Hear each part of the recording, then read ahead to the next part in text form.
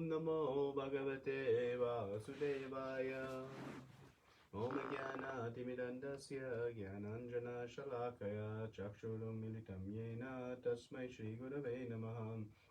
Shri Chaitanya Manobishtam Stapitam Yena Bhutale Swayam Rupa Kadamayam Dadati Swapadantikam Vandeham Shri Guru Shri Yuta Padakamalam Shri Gurun Vaishnavamstra Shri Rupam Sagajatam Sahagana Raghunatam Vitam Tam Sajivam Sadvaitam Savadutam Paridana Saitam Krishna Chaitanya Devam Shri Radha Krishna Padan Sagana Lalita Shri Vishakhanvitamscha Hey Krishna Karuna Sindhu Dinabandhu Jagatpate Gopesha Gopika Kanta Radha Kanta Namosate Tapta Kanchana Gaurangi Radhe Vrindavaneshwari Vrishabhanu Sute Devi Pranamami Hari Priye Vanchakalpa Tarubhyascha Krupa Sindhubhyevacha Patitanam Pavanebhyo Vaishnavebhyo Namo Namaha Namo Vishnu Padaya Krishna Prasthaya Bhutale Srimate Bhakti Vedanta Swami Nitinamane Namaste Saraswati Devi Gauravani Pracharine Nirvishesha Shunyavadi Paschati Deshatarine Jai Shri Krishna Chaitanya Prabhu Nityananda Shri Advaita Gadadara Shri Vasudi Gaura Bhaktivinoda Hare Krishna Krishna Krishna Hare Hare Hare Rama Rama Rama Hare Hare.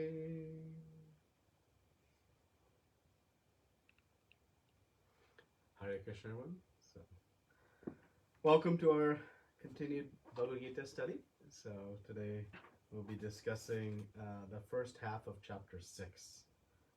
Chapter 6 is the last chapter in this first section of the Bhagavad Gita, in which Krishna is explaining the yoga ladder. So we've been discussing this graphic for many weeks now, since chapter 3, and now we're getting to culminate at the end of this chapter with the ultimate instruction from Krishna to take to the process of Bhakti Yoga. So last week we talked about the symptoms of the liberated soul.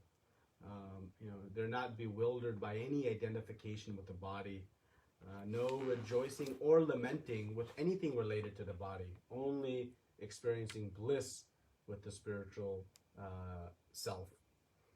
Happiness coming from within, not dependent on any external circumstances. Very controlled urges of the senses due to the experience of the higher taste, and no duality. So we discussed all these wonderful symptoms of the liberated soul, and that state we were discussing was achieved through Nishkam Karma Yoga. So Krishna was speaking how through detached action one acquires purification and knowledge to achieve that liberated state. Now Krishna is going to explain in this chapter how one can achieve that liberated state through Ashtanga Yoga. So it is another process by which one can achieve that state. And so this brings us to the, sort of towards the top of the yoga ladder, but not quite there.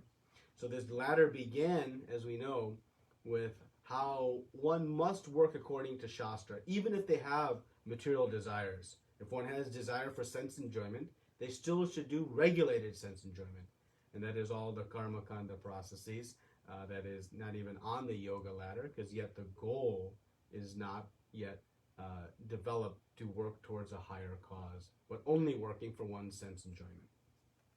But by doing that, one's consciousness increases and develops, and the goal matures into having a higher purpose, a transcendental goal. And thus one moves to karma yoga. And this brings one to work in this detached manner, as we've been discussing. And by work in a detached manner, one is able to acquire great knowledge about who am I, who is the real doer, where is the source of happiness, and purification of the heart, specifically purification of the material desires. So that is the result of this working in a detached manner. And ultimately one's realization of Krishna himself and the relationship between begins to materialize. Right? And if one continues to progress and understands that I am spirit, soul, and not matter, one detaches from matter. And that takes one to this Jnana Yoga, the Jnana Yoga platform, where one is detached from matter, recognizing they are spirit. And if one continues further in their knowledge, they realize that there is not only I am spirit, but there is a supreme spirit. And one, through Ashtanga Yoga now, will seek to see and meditate on this Paramatma sitting in the heart. So this Ashtanga Yoga brings one to Paramatma realization, where one understands they are not matter, understands they are spirit, and that there is a connection between the Supreme Spirit as Paramatma. And so Ashtanga Yoga will bring us to the platform of meditation to see and have darshan of Paramatma sitting within. That is the process of Ashtanga Yoga. And if one is able to continue further from there, one will ultimately realize Krishna as the Supreme Personality of Godhead and ultimately work in Bhakti Yoga. This is the topmost platform in which one has Bhagavan realization. So in Jnana Yoga we have Brahman realization, in Ashtanga Yoga, Paramatma realization, and in Bhakti Yoga we have Bhagavan realization. So the realization of Krishna is increasing as we progress up this ladder, as we acquire more knowledge and more purification. And so we know in this section particularly, Srila Prabhupada keeps guiding us back to bhakti. And that is the great blessing he is bestowing upon us, because bhakti yoga is the direct process by which one can immediately go from even the lowest of levels all the way directly to bhakti. And because this step-by-step process of going from karma yoga to jnana yoga to ashtanga yoga to buddhi yoga, ultimately to bhakti, is dangerous. One may get distracted by various, mystic siddhis and other things that may acquire. One may get tired. One may fall into bad association. And ultimately, one is working on their own to progress up this ladder. Whereas in bhakti, Krishna personally comes and bestows his mercy upon the practitioner. So in these other processes, one is kind of on their own, because one is not yet calling out to Krishna. But in bhakti, one searches out for Krishna's help. So this step-by-step process is very dangerous. And ultimately, we know in devotional service, we saw in Sri Upanishad that Krishna takes control of the devotee's journey when they surrender to Krishna. And that is the ultimate benediction. So while we're going to study this dhyana yoga, and it's important to understand, we're going to conclude by understanding that there's a much easier and safer path that is given to us by Krishna and the spiritual master, and that is to practice a devotional service. So we'll keep seeing the purports speaking about that throughout this section, because that is the ultimate goal, as Prabhupada began right in the beginning of chapter 2 as well. Okay? So now we'll progress in verse 1. The Supreme Personality of Godhead said, "One who is unattached to the fruits of his work and who works as he is obligated is in the renounced order of life, and he is the true mystic, not he who lights no fire and performs no duty." So again, Krishna is explaining the concept of real renunciation here. Arjuna misunderstood it at the beginning of the 3rd chapter. He asks again in the 5th chapter, and now in the beginning of the 6th chapter, we see this similar topic coming. That the renunciation to the forest is very dangerous, very difficult. So that even to do dhyana yoga, we're going to see, one must first purify, and because premature renunciation is very dangerous. So in the purport, Prabhupada talks about who is a renunciate. One who is unattached to the fruits of his work and who works only as a matter of duty, even unattached to the duty, that is a renunciate. So certainly one who works for Krishna's satisfaction and has no self-desires is the perfect renunciate, the perfect sannyasi, the perfect yogi. Because he's already working detached, only for the pleasure of Krishna. And who is not a renunciate, Krishna says in this word, not he who lights no fire. What Krishna means here is the one who gives up their duties. The Brahmana's duty is to light a fire, to offer a lamp. So one who abandons their duty, thinking they're renouncing, is not a renunciate. Right?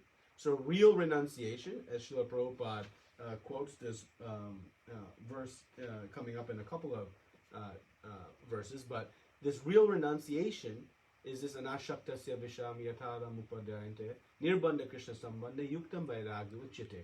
That this renunciation is when one renounces the desire for sense gratification, not just renouncing activity. Again, we've heard this many times now, but hearing it over and over again is very beneficial for us. So the jnani sannyasi who just gives up work is not necessarily a renunciate until they give up the sense desires. Even giving up the activity is one thing, but giving up the desire is even deeper. So it's very hard for the jnani because there is no purification process to free one of those desires. So to make progress in this Ashtanga Yoga process, it's going to be recommended that one purifies through Nishkam Karma Yoga. Right? Once there's no sense desires, then going to the forest is accessible. Otherwise, one will fall down. Right? So Krishna is going to explain now in this section the importance of controlling the mind and senses. If we go all the way back to the end of chapter 2, we saw that the Sthitta Prajna, the one in divine consciousness, was free of sense desires, material desires, and controlled senses. That was the key theme of that last section of chapter 2. And we see this as the critical means for success in Ashtanga Yoga, is to control the mind and senses. But the process to control the mind and senses in Ashtanga Yoga, as we're going to see, is very difficult. But thankfully, by the process of bhakti, we have a very easy and simple and effective process to control the mind and senses. By gravitating to the higher taste, naturally one becomes attached to Krishna and detaches from all these material sense desires. So one doesn't have to artificially try to control the mind through these very difficult 8-part process, but it actually happens as a byproduct of devotional service. And that is the beauty of bhakti, is that it happens as a natural outcome of serving the Supreme Lord.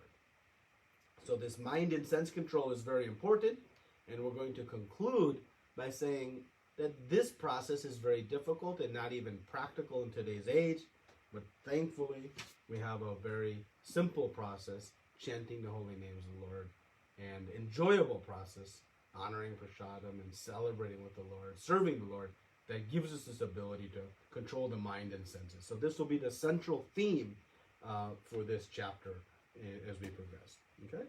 So verse 2, what is called renunciation you should know to be the same as yoga, or linking oneself with the Supreme. O son of Pandu, for one can never become a yogi unless he renounces the desire for sense gratification. So now Krishna is explaining the connection between a sannyasi and a yogi. Real renunciation, again, giving up sense desires. So who is a yogi? Prabhupada says, one who is attempting to link with Krishna. That is a yogi. No one else. Unless your goal is to link with Krishna, you cannot be considered a yogi. And who is a sannyasi?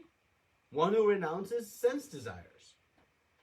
And why is a sannyasi renounce the sense desires? Because he knows it is part and parcel of Krishna, and thus pleasing Krishna, serving the whole, is one's eternal occupation and path to perfection.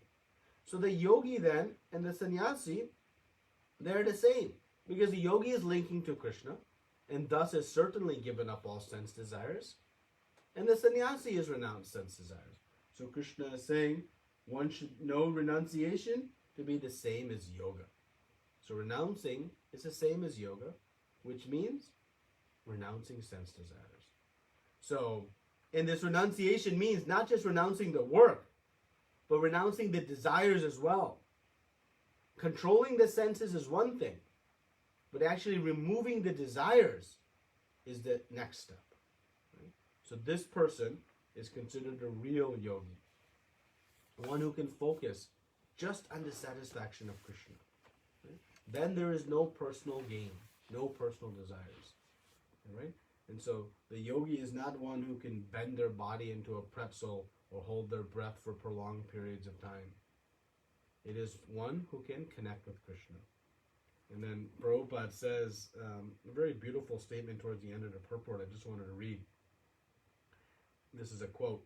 The real aim is for a living entity to give up all selfish satisfaction and to be prepared to satisfy the Supreme. That is the aim of all yoga. Now, how many of our yoga studios are teaching such philosophy? Not too many. Verse 3. For one who is a neophyte in the Eightfold Yoga system, work is said to be the means, and one who is already elevated in yoga, cessation of material activities is said to be the means. So here we see that for one who is a neophyte, one must work. Work is the means to purify. What type of work? Nishkam Karma Yoga, detached work. So this is the yoga, Rurukshu Ashtanga Yogi. So there are two types of Ashtanga Yogis. The neophyte, the Yoga Rurukshu, they are still in the need of purification. So one should perform Nishkam Karma Yoga while attempting Ashtanga Yoga. They do them in parallel. Because they're not yet purified. If they try to go straight to Ashtanga Yoga, the mind will dwell on the sense desires, and that meditation that is required will not manifest, because the mind has to become very steady, as we'll see in a few verses. So that is the neophyte stage. The advanced stage is Yoga Rudra, and there one can give up work. One can go to the forest and begin to practice this, because they are already free of these sense desires. So the neophyte does this Nishkam Karma Yoga and Ashtanga Yoga simultaneously, whereas the advanced devotee, the advanced Ashtanga Yogi, can continue. Now, Srila Prabhupada in the purport comments again that the Bhakti Yoga begins where Ashtanga Yoga ends. The conclusion of Ashtanga Yoga is where Bhakti Yoga actually begins. Because one is automatically meditating on Krishna in devotional service and has given up all sense desires by this positive engagement. So one doesn't mechanically have to give up the sense desires. It happens by the practice of bhakti. When we are chanting our japa, we are working on concentrating the mind on Krishna, withdrawing the senses from all the sense objects. So one is practicing what the end result of years and years and years of hard effort in Ashtanga Yoga is. So again, Srila Prabhupada keeps guiding us. Don't need to go through all of these step-by-step processes. Okay, verse 4. A person is said to be elevated in yoga when, having renounced all material desires, he neither acts for sense gratification nor engages in fruitive activities. So here we see the Yoga Rudra, the advanced devotee. What is the criteria for advancement in yoga? Very long hair, emaciated body, ability to sit in the floating lotus position? No, that is not advancement in yoga. The advancement in yoga is measured by one's ability to renounce all material desires. This is the key criteria. Right? And Prabhupada speaks about one has to serve someone in this world. There must be some active engagement. So one either serves the self or one serves Krishna. That is the only option. So one is concluded to stop serving the self. They have advanced in yoga. So this is the key we're going to see throughout this section, is renunciation of the sense desires. Because we know the sense desires lead one to suffering. We saw it in the last chapter. All material desires lead to suffering and misery. We saw the dangers of lust in the second chapter, leading to our fall down, and the positions it takes conquering our mind, intelligence, and senses in the third chapter. So we know the futility of sense desires, at least in knowledge. Whether we realize or not, that's a separate story. But to the degree we have detached from sense desires, that is our advancement in yoga. Okay? We saw also in chapter 4 already that one who has knowledge doesn't have any sense desires. Okay? They know there's a much higher opportunity. So now Krishna is going to speak about the state of mind, the controlled mind for this Yoga Rudha Ashtanga Yogi. This advanced Ashtanga Yogi, what is the state of their mind? And of course, Srila Prabhupada keeps speaking about how the Bhakti Yogi has achieved and can achieve this very powerful state of mind that are described in these verses. So one must deliver himself with the help of his mind and not degrade himself. The mind is the friend of the conditioned soul and his enemy as well. So why give up sense desires? Because the mind will fall victim to them. Right? So the critical piece in yoga is to control the mind. The process of yoga, particularly this Ashtanga yoga, but all yoga, even Bhakti yoga, is to pull the mind away from material sense desires and attach them to a higher purpose. So in Ashtanga yoga, we're pulling the mind away from sense desires and attaching it to Paramatma. In Bhakti yoga, we're pulling the mind away from sense desires and attaching them to Krishna. So this is the process, redirecting the mind. Okay? And when is the mind the friend? When detached from the material sense objects. No longer attracted to the glitter of the material world. And when is the mind the enemy? Opposite. When one is attached to the sense objects. Because it leads one astray, willing to do anything to satisfy the desires of the mind, even the most sinful of activities. We know the chariot picture, right? The horses are running wild, the intelligence has lost control of the ropes, and thus, what happens to the chariot and the passenger? Into the ditch. So, the process of controlling the mind is very important. And again, the best way to control the mind is through Krishna consciousness, by devotional service. For one who has conquered the mind is the best of friends. But for one who has failed to do so, his mind will remain the greatest enemy. So the mind is neither good nor bad. It's how it's utilized. Just like a knife. A knife in the hands of a skilled surgeon is great. A knife in the hands of a criminal is bad. Right? So the mind is very powerful, but it must be utilized properly. So our job is not to try to subdue the mind, like the Buddhist process of trying to empty the mind. Instead, we try to utilize the mind, harness the power of the mind by filling it with thoughts of Krishna. So the conquered mind means it is engaged in hearing, remembering, thinking about Krishna, not the inferior material energy. If it's uncontrolled, then it is attached to this material world and everything is spoiled. Everything. So the mind is very powerful, and our opportunity is just to channel it, to control it. And that process is done by Bhakti Yoga. And in the story of Bilva Mangala Thakur, we'll know that he was very attached to the prostitute Chintamani. So much so that even at the funeral of his father, he was saying, hurry up, so that I can go. I have something to do. And what he had to do? Enjoy with the prostitute.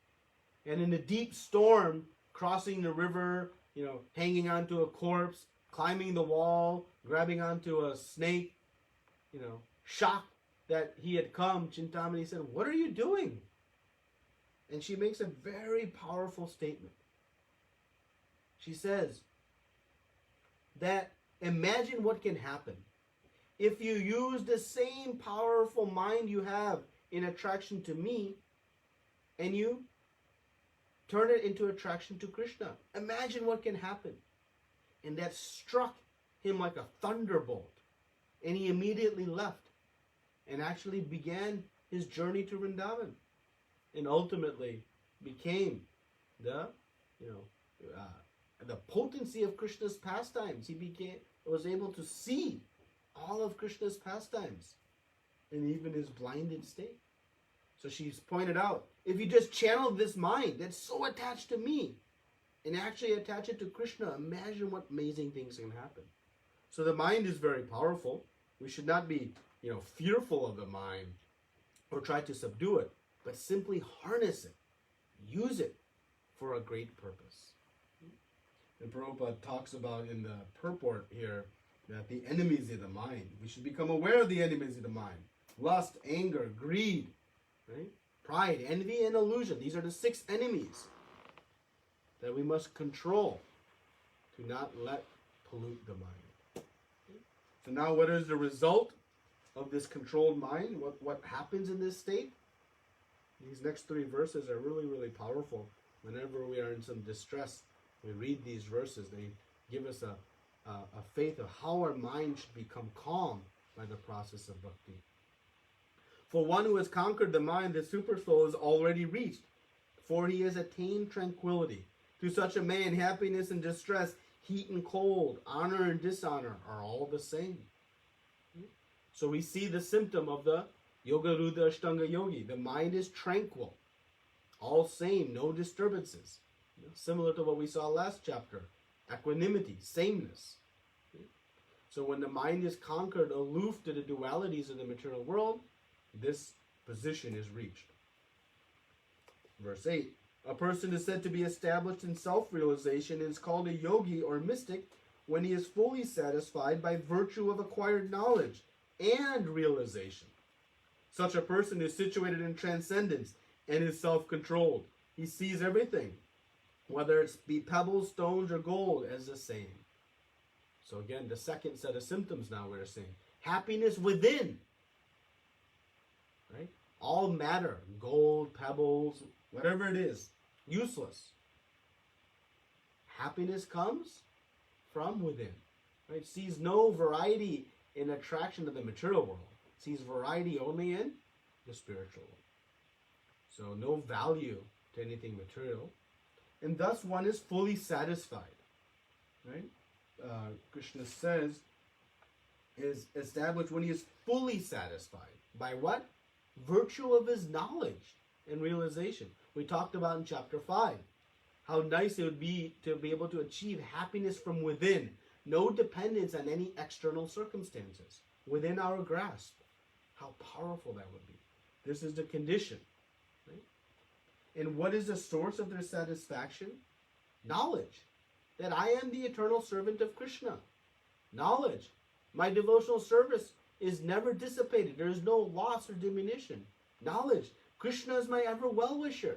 He's always protecting me. Having realized this knowledge, one is very happy and satisfied, whether they are poor or rich, whether it is raining or cold, whether someone honors them or dishonors them. It has no bearing in relation to what is important to them, their relationship with the Supreme Lord. And Prabhupada makes another wonderful statement here in this purport that I wanted to read. I just lost it for a second. He says, book knowledge without realization the supreme truth is useless. This is Gyan and Vigyan. Realization is the key. So he says book knowledge without realization is useless. So we must turn to this realization. We keep hearing this knowledge over and over again, and we pray to Krishna that it can turn into realization. So Krishna writes in this verse, he is satisfied by virtue of acquired knowledge and realization. Very important part of this verse. Final description of the symptoms of the controlled mind in verse 9. A person is considered still further advanced when he regards honest well-wishers, affectionate benefactors, the neutral, mediators, the envious, friends and enemies, the pious and sinners, all with an equal mind. This is the highest platform of Yoga Rudra Ashtanga Yoga. To regard friend and enemy equally, that is difficult. You can be detached. I don't need wealth. Yeah, stone and gold, that's one thing. But to consider friend and enemy equally, one who is glorifying us, one who is very affectionate, a well-wisher, to one who is envious of us, or even inimical. To be equal in mind and disposition, that takes great control and great knowledge. So this is kind of the highest platform of this controlled mind. Okay? So now we'll talk about the process of elevation in these next verses, starting in verse 10. So the key to progress, as we keep talking about, is detachment from matter. And Bhaktisiddhanta Thakur explains that you measure your progress in devotional service. We often ask this question, how do I know if I'm making progress? Well, we measure progress by one criteria. How much have I detached from matter? 6 months ago, 1 year ago. Do I have more material attachments or less? If I have less today than a year ago, I've made progress. That is the metric. And Bhaktisiddhanta Thakur told the story of the boat party, right? Who was going to the wedding, and after rowing all night, the party woke up and realized they hadn't moved an inch, though the boatmen had been rowing all night. Why they didn't move it even an inch? Because they didn't untie the boat from the shore. Bhaktisiddhanta says, that is like practicing devotional service, but still holding on to your material attachments. You're working and working and working, but no progress. You're not going forward because you are attached to your material desires. So this detachment from matter is the process for elevation. So now we'll see here the next 8 verses until verse 17, 10 through 17, about the specific practice of Ashtanga Yoga. Once one has reached this Yoga Ruddha stage, because remember, in the Yoga Rurukshu stage, one will practice Nishkam Karma Yoga. Once one is purified of the desires, then they can come to this stage where they go to the forest and practice in this way. So this next verses now, we'll discuss the process of elevation through this Ashtanga Yoga process. Verse 10, a transcendentalist should always engage his body, mind, and self in relationship with the Supreme. He should live in a secluded place and should always carefully control his mind. He should be free from desires and feeling of possessiveness. So Srila Prabhupada speaks about in the purport, the first paragraph, that the Jnani and the Ashtanga Yogi, they're indirectly worshiping Krishna. Because the Jnani is aspiring for the impersonal Brahman. And the Ashtanga Yogi is aspiring for Paramatma. Both of them, the objects of their worship, are expansions of Krishna. So they are indirectly worshiping Krishna. Whereas the Bhakti Yogi is directly worshiping Krishna. So Prabhupada makes this important point in the first paragraph. Now in the verse, we see that the key point is one should be alone in a secluded place. Why? So that one can concentrate the mind. No more distractions, no more WhatsApp messages, no more, can we do this, can we do that? One should be secluded. So this is one of the key aspects. So now, again, we have to keep reiterating that the Bhakti Yogi is ultimately going to be glorified. And the process of Bhakti is ultimately going to be described as the recommended process. Because once one is in Bhakti, one is already detached from matter, senses controlled, and meditating on Krishna. So the end result of this process we'll see is where Bhakti begins again. So important to keep reminding ourselves of this because it includes all the other rungs of the ladder. When you have achieved Bhakti, you include all the benefits or all the results of the Ashtanga Yoga, Jnana Yoga, and Karma Yoga processes. Now here specifically in this verse is where Prabhupada quotes this Yukta Vairagya principle by showing that the devotee is already renounced. Though they are not in the forest, they are amidst all of the material world. Why they are renounced? Because they're using everything for Krishna's sense enjoyment, not for their own sense enjoyment. That's real renunciation. So you can renounce by going to the forest, but you can also renounce by staying in the midst of the urban world. If you following this Yukta Vairagya principle, using whatever wealth, whatever material means you have for the pleasure of Krishna and not one's own senses. So that is what Prabhupada describes here. So now verse 11 and 12. To practice yoga, one should go to a secluded place and should lay kusha grass on the ground and then cover it with a deer skin in soft cloth. The seat should be neither too high nor too low, and should be situated in a sacred place. The yogi should then sit on it very firmly and practice yoga to purify the heart by controlling the mind, senses, and activities and fixing the mind on one point. So now we start to see some of the impracticality of Ashtanga Yoga. Who is willing to go to a secluded place deep in the forest? Will be scared all night of what creatures will come. Right? We have to sit on kusha grass because it is very holy. Why deer skin? To keep the snakes away. So, why a soft cloth? So that we can keep it clean. So like this, very, specific, an asana should be not too high that we become proud, not too low that we become distracted. So this asana should be of the right height. So, all these details now we are going to see. 13 and 14.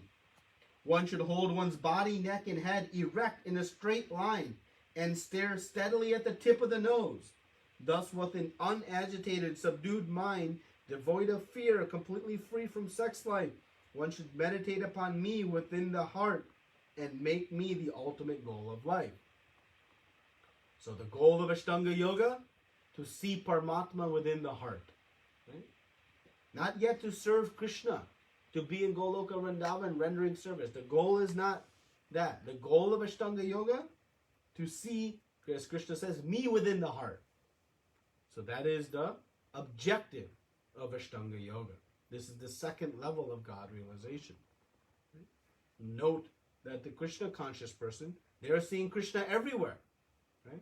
And Krishna will explain in the 7th chapter how one can see Krishna even in all the material elements as the essence of all of them. So the devotee sees Krishna everywhere. But the Ashtanga yogi is attempting to see Krishna within the heart. Right? So why stare at the tip of the nose? Open just enough, but not fully open and not fully closed. If they're fully open, you'll be staring and get distracted by, oh, look at this insect here, look at this tree moving this way, and look at that. If you're closed, what will happen? You'll fall asleep. Staring just at the tip of the nose to give some object to see. So we have to try to subdue the mind in this way. Completely celibate. Sitting in a erect, straight position. Fearless. Only way to really be fearless is by Krishna consciousness. You can artificially try to be fearless in this process. But knowing Krishna as a supreme protector is the only way to really be fearless. No moving or rocking back and forth. In one class, how many times we shift our legs? Now imagine trying to sit straight lines, staring steadily, erect, head, neck, and body in a straight line. Not for 1 hour, but for days and years on end. This is the requirement to come to that meditative state. So just to summarize, I put on the right side here these 8 processes of Ashtanga Yoga. So we have yama and niyama. So these yamas are the don'ts, the processes, the things we must give up. Become fully celibate, no sense desires. Renounce one's all material possessions. Right? To go in the secluded forest, you don't take a moving truck with you. You leave it all behind and go deep into the forest. So yama. Niyama, the dues, going to the secluded place and following this system. Right? So those yama and niyama are the first 2 parts of this 8-part process. That pretty much rules most of us out. Then asana, the very described sitting position Krishna described here. Then one must follow the asana.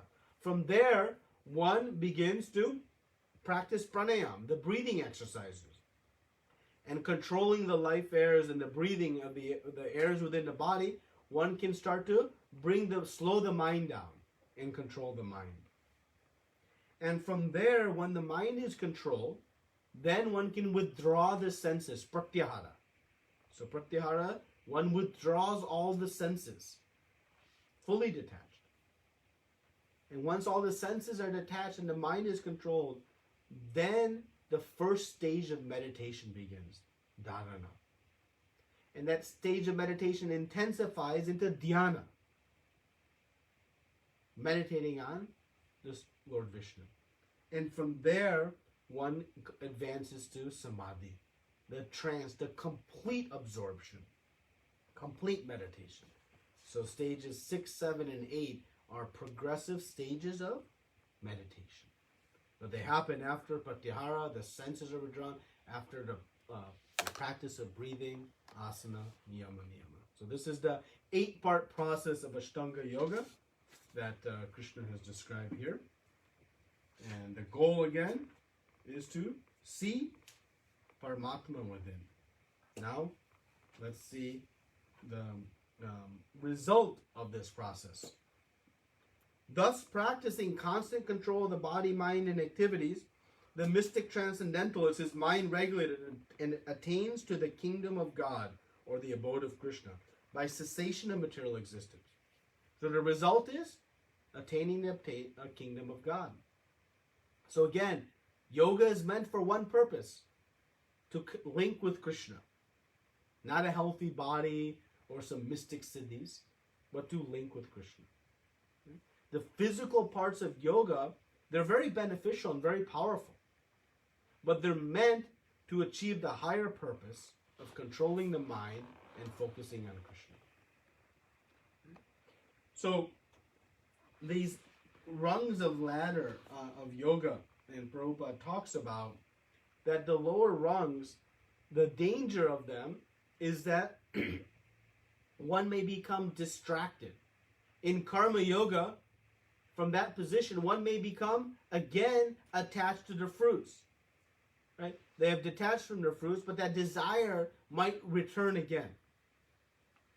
In Jnana Yoga, the desire to merge with the Supreme might manifest.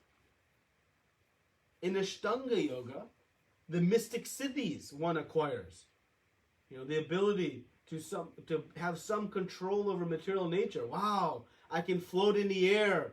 I can reach my arm, miles away and grab a mango. I can become tiny like an atom, heavy like a heaviest of stone. These mystic siddhis may think, oh, this is nice. So one can become distracted in these other processes. So one must be very careful not to become attached to even these mystic siddhis if they begin to pursue this process. And thus, again, Srila Prabhupada is constantly reminding us in these purports, Bhakti Yoga is even beyond this. Don't go step by step. Verse 16, there is no possibility of one becoming a yogi, O Arjuna, if one eats too much or sleeps too little, sleeps too much or does not sleep enough. So we see this not too much, not too little. Balance is key. We eat to live, not live to eat. And Bhojambu talks about the formula, how much we should eat. Fill half the stomach with food, 1/4 with water, and 1/4 with air. That is the appropriate mix for proper health of the body. And when Prabhupada talks in the purport, how we should be eating only prasadam. We honor what was given by the Lord. In the highest stage, we cook what Krishna wants, and then honor whatever He has given us. Sleep. Sleep no more than 6 hours, Prabhupada says. Right? Or at least what is necessary. What is the problem or danger with sleep? Simply, it's a waste of time. So sleep what's needed to heal the body, but otherwise, one can use one's time to serve the Lord, to go out and preach, to glorify the Supreme Personality of Godhead. Srila Prabhupada talks about, some great personalities like Rupa Goswami. In the next verse, he talks about sleeping only 2 hours. Of course, we cannot imitate, but the point is, we don't overdo it. So balance is very key. Not too much, but also not too little. We should not do artificial fastings, artificial, stress of the body also. That is not recommended. So we should balance. We have our strongest fasting of the year coming up on Tuesday, Nirjala Ekadashi. So that is the extent of our, fasting in the year. But we should do it in balance. Verse 17. He who is regulated in his habits of eating, sleeping, recreation, and work can mitigate all material pains by practicing the yoga system.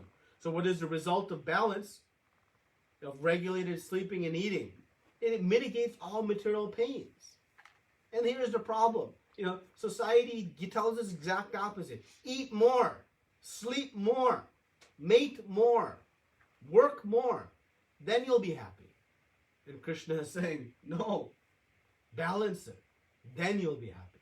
Complete opposite logic. Society is conditioning the lost souls.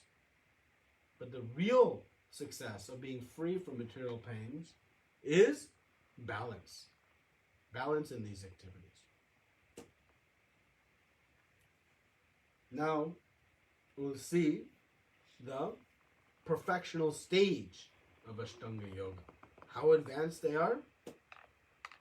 When the yogi, by practicing yoga, disciplines his mental activities and becomes situated in transcendence, devoid of all material desires, he is said to be well established in yoga. Again, who is the advanced yogi? Well established? One who is sense controlled and controlled mind. Disciplines his mental activities. Right? Krishna says. So no longer disturbed by sense desires, very well in control. But as we know, the only way to really control the mind is to engage them in the service of Krishna. Otherwise, we can never control for long periods of time by just artificially restricting the senses. Arjuna is going to say at the end of this is all impractical. Easier for me to capture the wind with my hand than control the mind. But with bhakti, it is very practical. And Srila Prabhupada cites the example of Maharaj Ambarish, who through all of his activities is king, living very royally and opulently, had a fully controlled mind. How? By practical service to Krishna, engaging everything, his eyes, his arms, his legs, his head, everything in the service of Krishna. So this higher taste is what's important. We must pull the mind from the material sense desires and attract it to Krishna. And I think Bhagavad Prabhu gives the example of the magnet. If a piece of steel is connected to a magnet, how do you disconnect that steel from the magnet? Bring a stronger magnet. If I bring a really strong magnet, that steel will then move from this magnet to the next. Similarly, that mind, when we bring a higher purpose, can be controlled, but without attaching it to something more blissful, very difficult. Right? Now we get a very vivid example of how the mind, or analogy of how the mind should be controlled. As a lamp in a windless place does not waver, so the transcendentalist whose mind is controlled remains always steady in meditation on the transcendental self. In the perfect stage, the mind is unflickering, very steadily focused, just as a candle is perfectly still. Now when you have a candle, even the slightest movement of air will cause the candle to flicker. So to find an unflickering candle is very difficult. You have these LED candles, right? How do they make them look real? They make them flicker. Why? Because you don't find unflickering candles. Just like that, it's very difficult to find an unflickering mind. Very difficult. Even the slightest thought will change the whole course of our consciousness, unless one is in devotional service. So now the final verses of this section, the end result of the perfected yogi. In the stage of perfection called trance or samadhi, one's mind is completely restrained from material mental activities by practice of yoga. This perfection is characterized by one's ability to see the self by the pure mind and to relish and rejoice in the self. In that joyous state, one is situated in boundless transcendental happiness, realized through transcendental senses. Established thus, one never departs from the truth, and upon gaining this, he thinks there is no greater gains. Being situated in such a position, one is never shaken, even in the midst of greatest difficulty. This indeed is actual freedom from all miseries arising from material contact. So the end result is boundless happiness from meditating on the Supreme within the heart. The perfection is characterized by one's ability to see the self, capitalized, the Supreme Self, by pure mind. Right? In that joyous state, there is boundless happiness. And one never is shaken from that position. They're fully satisfied. Nothing else better exists in their calm mind. Fully convinced, nothing in the material world can give happiness like this trance, this samadhi that they have achieved. Thus, they can remain fixed. They never give it up. We give up one thing in search for something better. But here, the yogi thinks and understood. They have nothing else better to gain. He thinks there is nothing greater to gain. So, this focus is seen here. Again and again, we keep talking. To control the mind, it really means to focus it on Krishna. Not to turn it off, but to harness it. So the last two paragraphs of this purport, I just wanted to read from Srila Prabhupada. They're very nice and powerful paragraphs. So I'm just going to read verbatim the last two paragraphs.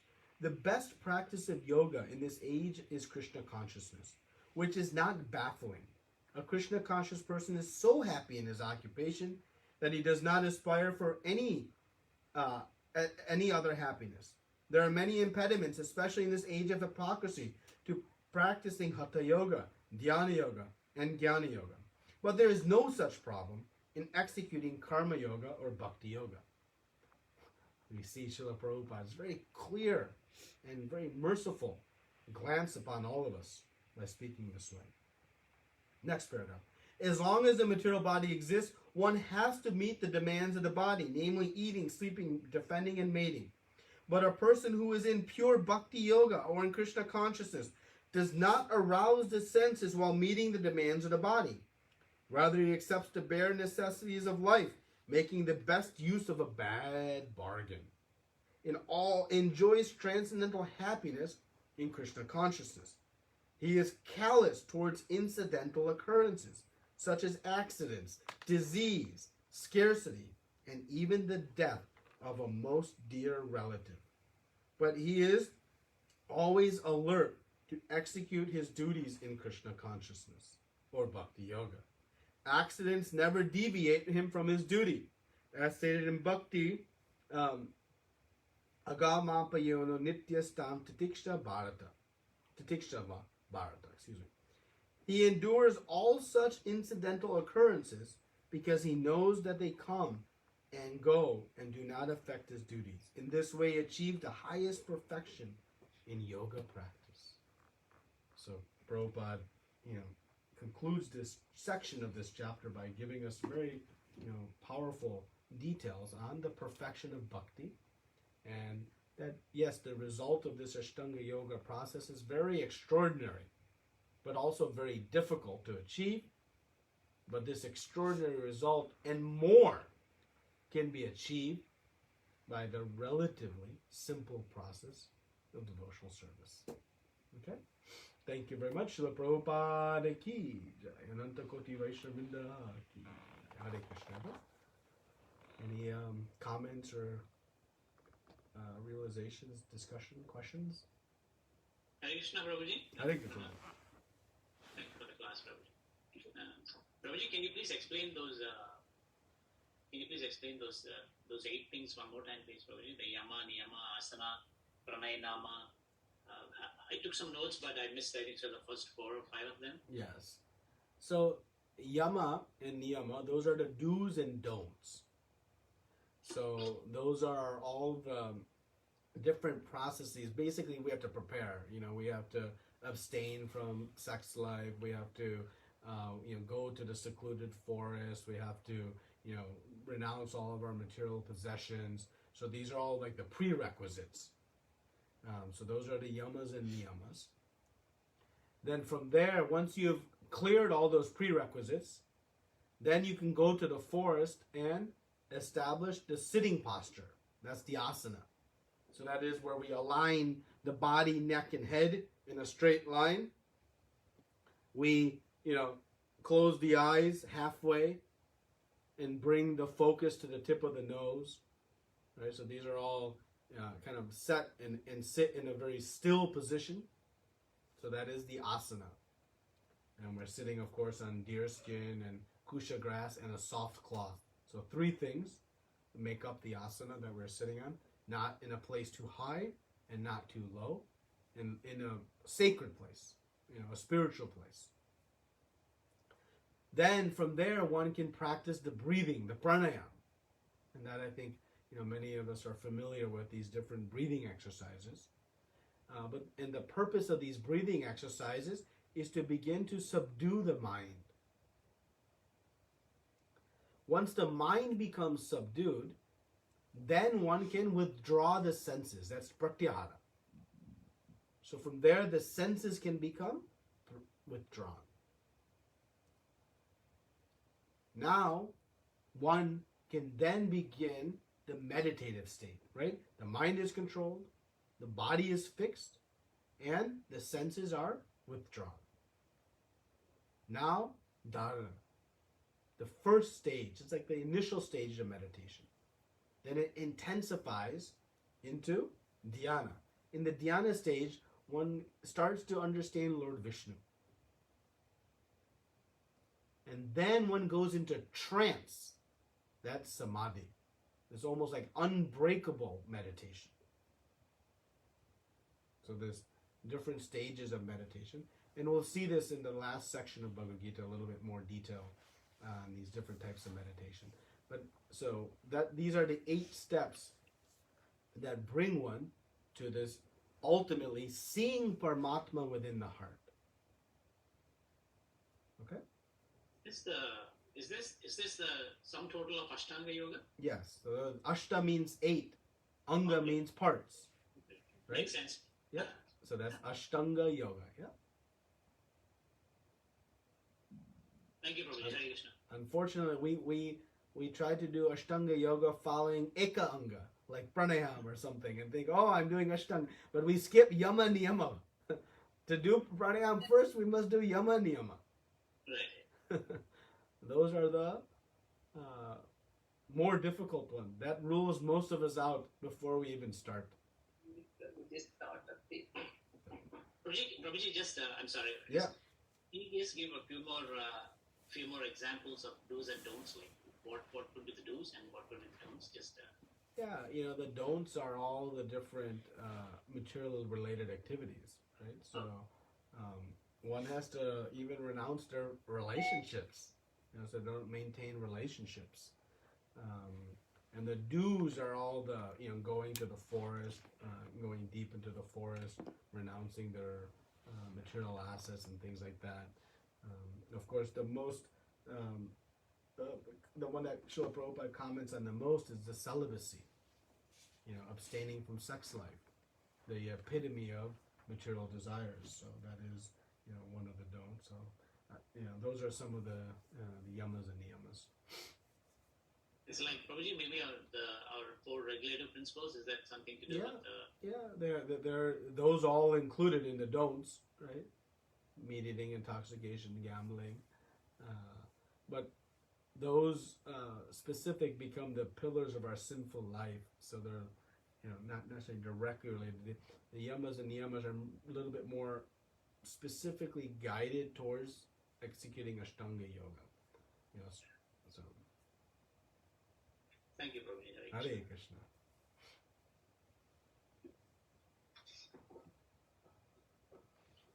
Hare Krishna, Prabhu. Dandavat pranam. Hare Krishna.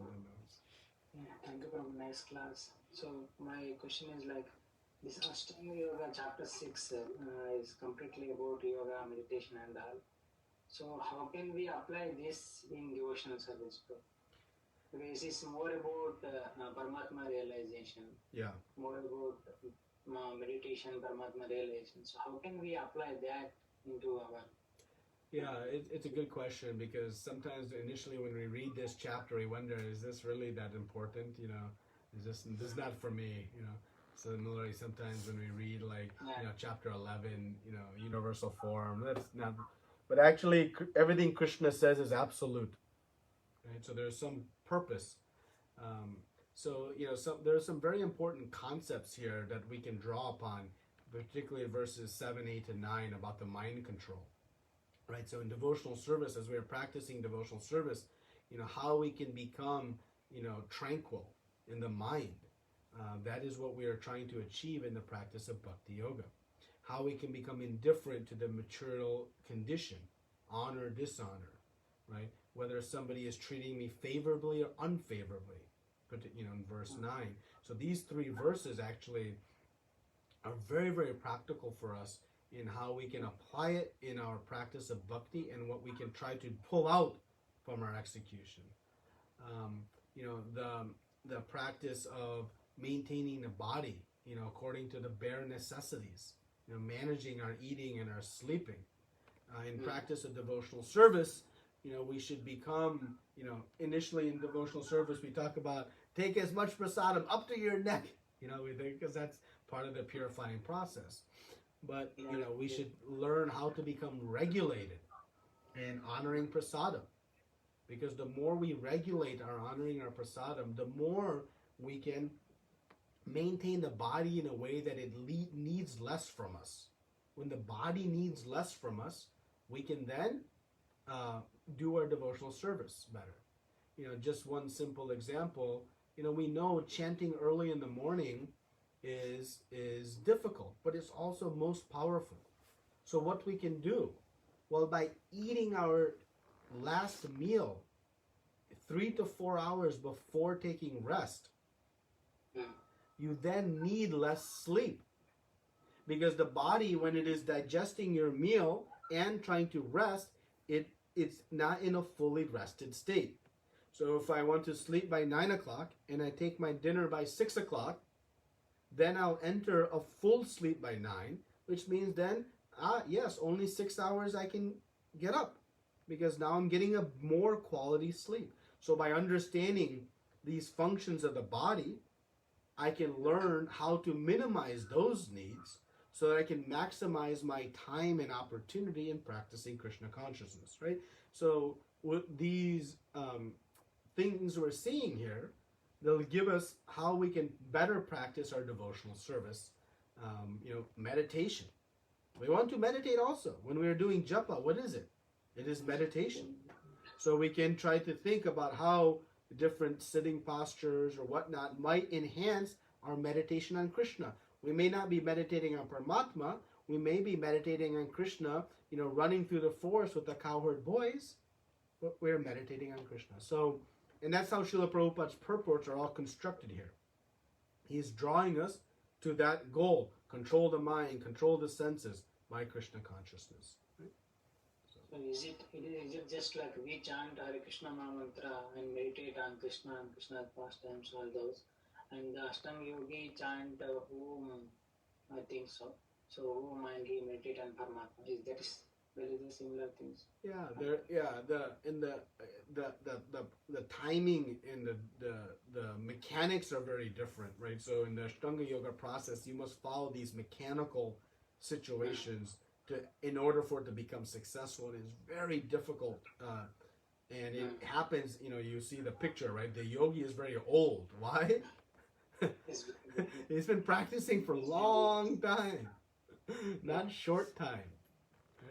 Right? We wonder after 1, 2, 3 years of chanting why I'm not pure devotee. Well, think about the Ashtanga Yoga process. It can take many lifetimes. Decades, it can take lifetimes. So that's the understanding. So yeah, there are some important takeaways from this chapter that we'll see. But the process of Ashtanga Yoga, we understand it's not practical. And that Arjuna is saying 5,000 years ago, it's not practical. Then what to say of today? Yes, yes.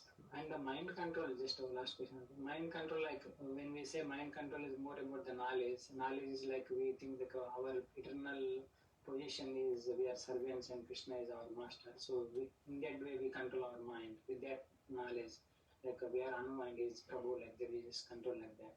So in Ashtanga Yoga, when they chant Om, so what kind of knowledge they input to control their mind? That's why they're controlling the mind through the breathing process, through the pranayam. They're controlling the mind by withdrawing the senses. And that's what makes it so difficult, because it has to come to such an extraordinary control of the unflickering.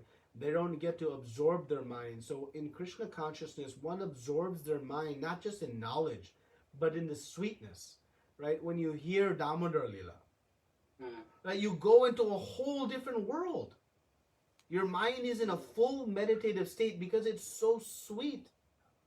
When you go to Vrindavan and you hear about Govardhan Lila, or we hear these pastimes, our mind goes into a whole new state, not by force or control, but by just the magnetic sweetness of that activity, right?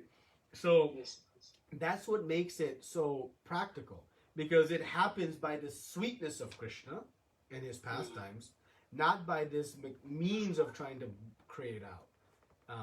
And now, when the Ashtanga yogi sees Paramatma, they're awed by the beauty and the extraordinary feature of Paramatma, and that creates the steadiness in that practice, right?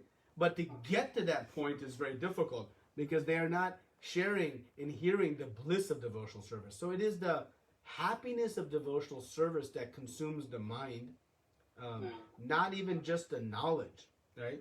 It's the fruit of that knowledge that captures the mind. Just like, our mind becomes very captured if we're going to Hawaii next week on vacation. How much our mind will be absorbed in thinking about Hawaii? Almost 24/7. Yeah. Right? Well, when we become attracted to Krishna, then the mind naturally, we don't even have to try. Yes. I'll give one more example. Prabhupada gave the example. When a young boy sees a young girl on the bus stop, and there's naturally some attraction, rest of the day, the boy is thinking about that girl, or vice versa. Right? It happens naturally. Now, when our sense desires elevate to attraction to Krishna, that meditation happens not by, okay, let me sit and concentrate the mind. It happens naturally, because there's something so sweet to think about. And that's what happens. And that's why we have to purify the senses so that we can experience that sweetness in its pure form. That's why when we talk about the 9 steps to Krishna Prema, after anartha nivritti, free of the impurities, then nishta, we become fixed. And that fixed happens naturally, because now we're coming to the point of ruchi, taste. Okay? Yes. Thank you, Prabhu. Hare Krishna. Dandavats. Thank you, Prabhuji.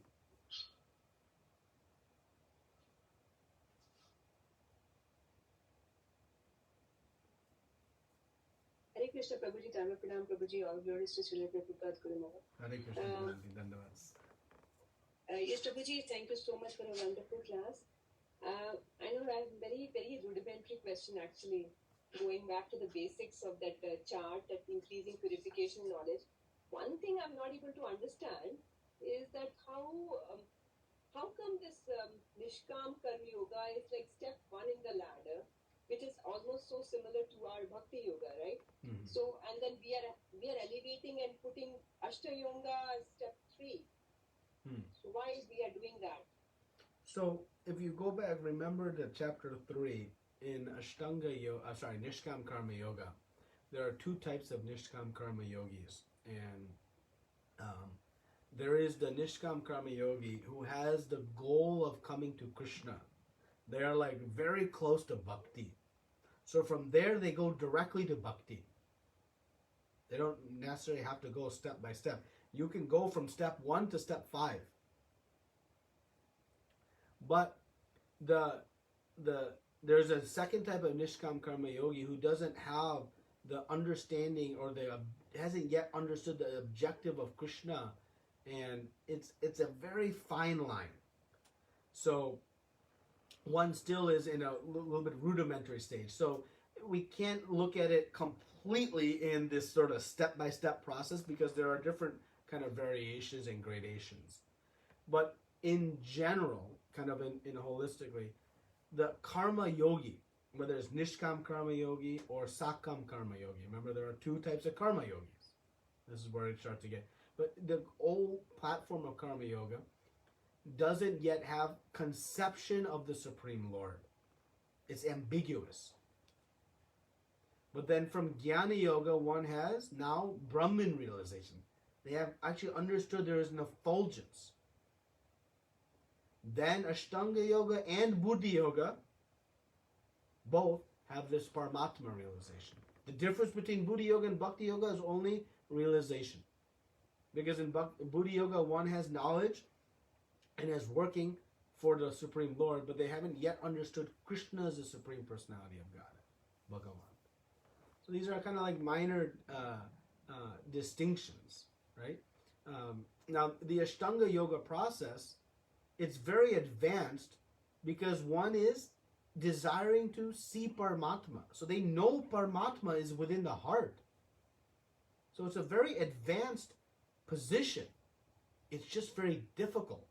So imagine that if you can see Paramatma in our heart, that is a extraordinary accomplishment. So the process is very high, but the process is very difficult. Bhakti, the process is very high, and the result is high, and the process is simple. So that's the distinction. So when we kind of minimize Ashtanga Yoga, we are minimizing it because of the difficulty, not because of the position. Does that help, Mataji, in any way? Yes, Prabhuji, I think I'm getting the. Yeah, you're right. And, understand these in broad strokes. This yoga ladder in broad strokes. The finer details actually are beyond our need to understand, and also beyond our scope. So just understand them in kind of broad strokes. There's a progression here, where the realization happens, where the purifications happen, what the goals are, and the general outlines. Because ultimately our focus is going to be how to practice bhakti. As I understand this quickly, so basically in the Nishkam Karma Yoga, we are renouncing the fruits, and there the concept of our goal, that who is Krishna, that is not at all clear at that point of time. Am I correct? Correct. Okay. And now here, could you just a little bit explain about the two divisions which we have, that I'm not able to understand at all actually. And Ashtanga Yoga? No, Nishkam Karma Yoga has got some divisions, right? Yeah. Vatsakam part, I'm not able to understand what is that distinction there. So Sakam Karma Yoga is still, one has the desire for the fruits, but they detach them. So it's still, there's a mode of passion involved, because one has the desire, but they detach them. Nishkam, no desire. So they have no desire and they detach them. Because yoga, until you detach from the fruit, it cannot be yoga. So why karma kanda is karma kanda? Because one wants the fruit. So yoga begins as soon as we detach the fruit, because that is the first step in linking to Krishna. Karma kanda cannot be considered yoga because the goal is to enjoy the fruits. So in Sakam Karma Yoga, one still has a desire for the fruits, but they renounce them, knowing it's not good for me. Nishkam, one knows there's a higher purpose. I can get something even better. So they're a little bit further in knowledge, a little bit more advanced. Yeah, now I get that. So basically, in a way, kind of artificially trying to renounce the fruits that come. They know that they need to do it. That's why they're doing it. Though the state still remains at that point of time. And then eventually, hopefully, with the mercy, they will move on to Nishkam Karma Yoga. Yeah, that's purification, right? Because as we continue up the ladder, we purify. By the time you come to Jnana Yoga, one has detached from matter, realizing they are spirit. And so now as one progress. But one may not have renounced all the material desires. And that's what makes that position very dangerous, because there one doesn't yet get the sweetness of Krishna to draw the mind. So then the allurements in the material world may draw the mind, and thus it becomes a very dangerous position. Okay, so 1 minute, Pandit. So, Prabhuji. So basically, in the Gyan Yoga, you're saying we're renouncing the fruits, and then the knowledge of spirit and matter is pretty clear in that point of time. And then, but then still the desire is still there, right? Those desires keep coming and going. Well, Is that what you're saying? no, so in Jnana Yoga, one doesn't renounce the fruits only, one renounces work. They do nothing because they renounce matter. They detach from matter. So it's an inactive process. Nishkam Karma Yoga is an active process, which is why Krishna keeps recommending that. Because if you stay active, you'll fully purify from your desires. The inactive jnanic process, the inactivity doesn't purify the heart of the desires. So if you try to go to Jnana Yoga before you're fully purified, it means there's still some residual desires in the heart and mind. And those desires, because we're not filling the mind with Krishna, we don't know anything. I only know I'm spirit, but I don't know anything beyond. So now only thing left in the mind are those desires. At some point, they may become so strong that I get pulled back. Whereas in bhakti, I am squashing those desires by adding Krishna. But in jnana, I'm not adding anything. So that's why that position is very difficult. If you haven't done sufficient Nishkam Karma Yoga to purify the material desires, and you enter that inactive state, you'll fall down. And that's why Krishna talked about the Mityachara, the pretender, who prematurely renounces. So the safe place is to do detached action. Because the nature of the soul, again, is active. The jnani process is in opposition to the nature of the soul. But from there, if they're very lucky and fortunate, they can progress to know now who is Supreme Spirit. But it takes great fortune, association of devotee. Someone has to guide them to the higher process. So as I understand, Prabhuji, then in both Gyan Yoga and Ashtanga Yoga, that Nishkam Karma Yoga basic part has to be there, right? The Nishkam Karma Yoga is the process to purify, to prepare one to be able to do the Ashtanga Yoga or the Jnana Yoga. Yeah. Okay, Prabhuji. Hare So far, two questions. Thank you, Hare Krishna. Hare Krishna.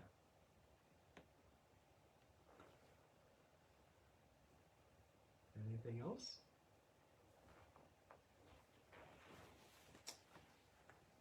Okay, well, if not, thank you very much. And again, I apologize for starting late. If everyone can please pray for our dear Madhu Krishna Prabhu and his mother. Of course, we know we are all surviving on his mercy in this class of helping us do all the facilitation of this. So please pray and chant some extra rounds for his mother and him as they handle this difficult time. Thank you very much. Srila Prabhupada ki jai, Ananta Koti Vaishnava Vrinda ki jai. Hare Krishna.